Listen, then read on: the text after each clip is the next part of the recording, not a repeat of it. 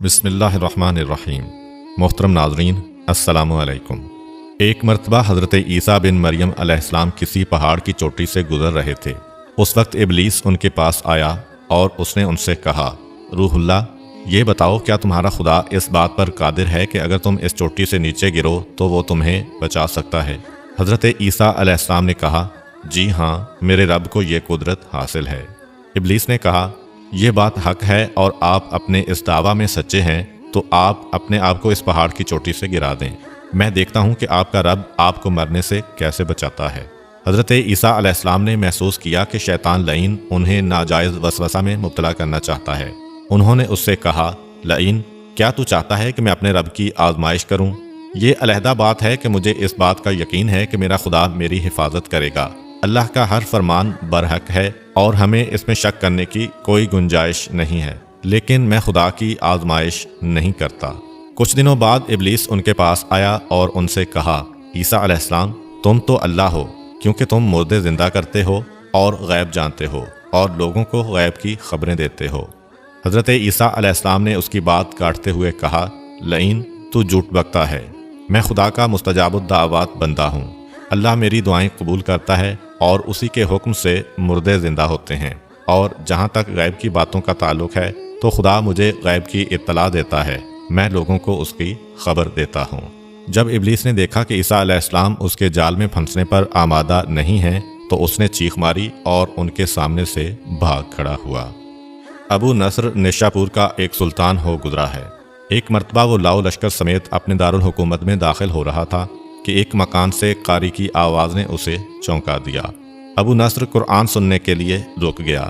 قاری نے دلسوز آواز میں سورہ آل عمران کی آیت نمبر 26 کی تلاوت کی، جس کا ترجمہ یہ ہے، آپ کہہ دیں کہ اے اللہ، تو ہی مالک الملک ہے، تو جسے چاہے سلطنت عطا کرے اور جس سے چاہے سلطنت چھین لے، اور جسے چاہے عزت دے اور جسے چاہے ذلت دے، تمام بھلائی تیرے ہاتھ میں ہے، بے شک تو ہر چیز پر قدرت رکھتا ہے۔ اس آیت مجیدہ نے سلطان کے دل پر گہرا اثر کیا۔ وہ یہ آیت سن کر کانپ اٹھا، گھوڑے سے اترا اور رکوع کیا، پھر سجدہ بجا لایا۔ کچھ عرصہ بعد اس قاری کی وفات ہو گئی۔ اس کے ایک دوست نے خواب میں قاری کو دیکھا کہ خدا نے اسے جنت میں عظیم مقام عطا کیا ہے۔ اس نے قاری سے پوچھا کہ تجھے یہ مقام کس وجہ سے نصیب ہوا ہے؟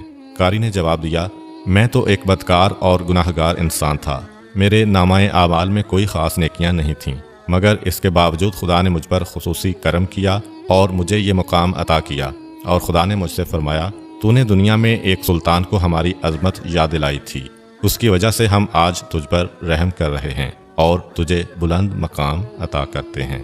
جی ہاں، اللہ تعالیٰ کا فرمان ہے، فاذکرونی اذکرکم، تم مجھے یاد کرو، میں تمہیں یاد کروں گا۔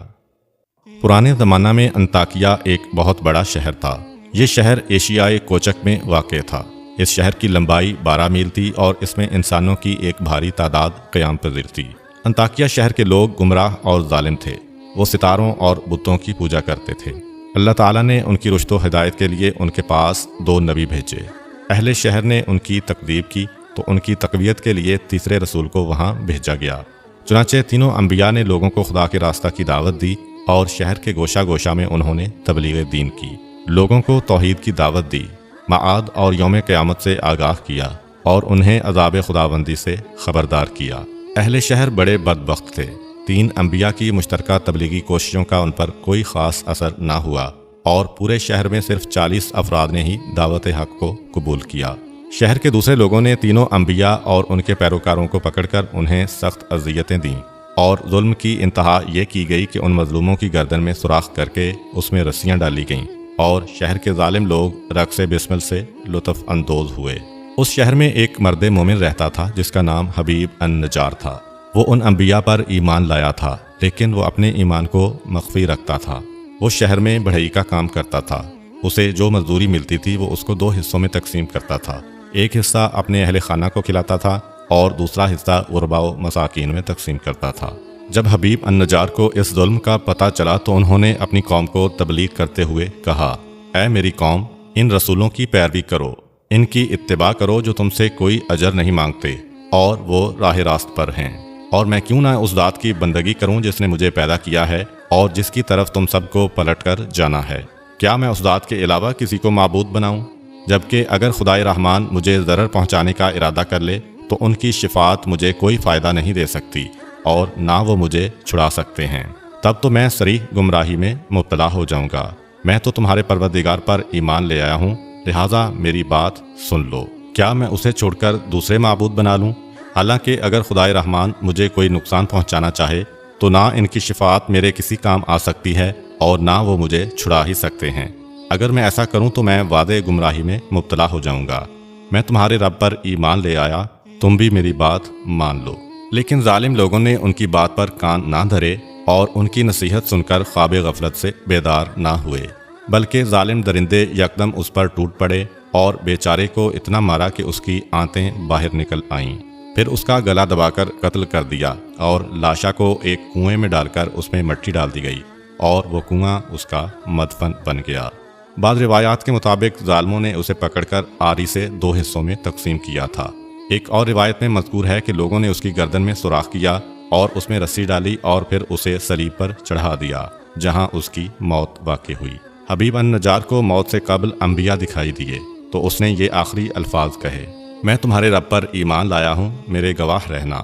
اس کے بعد اس کی روح قفس عنصری سے پرواز کر گئی۔ اللہ تعالیٰ نے اس کی قربانی کو قبول کیا اور اسے عظیم ثواب دیا۔ اس کی روح جیسے ہی جسم سے جدا ہوئی تو اسے جنت بھیج دیا گیا، جیسا کہ قرآن مجید بیان کرتا ہے۔ حبیب النجار کو نیک انجام مبارک ہو۔ امید کرتا ہوں کہ آپ کو آج کی ویڈیو اچھی لگی ہوگی۔ اگر آپ کو ہماری ویڈیو اچھی لگی ہے تو ویڈیو کو لائک کریں اور مزید اس طرح کی ویڈیوز دیکھنے کے لیے ہمارا چینل سبسکرائب کر لیں۔ ملتے ہیں نیکسٹ ویڈیو میں، اجازت دیجیے، اللہ حافظ۔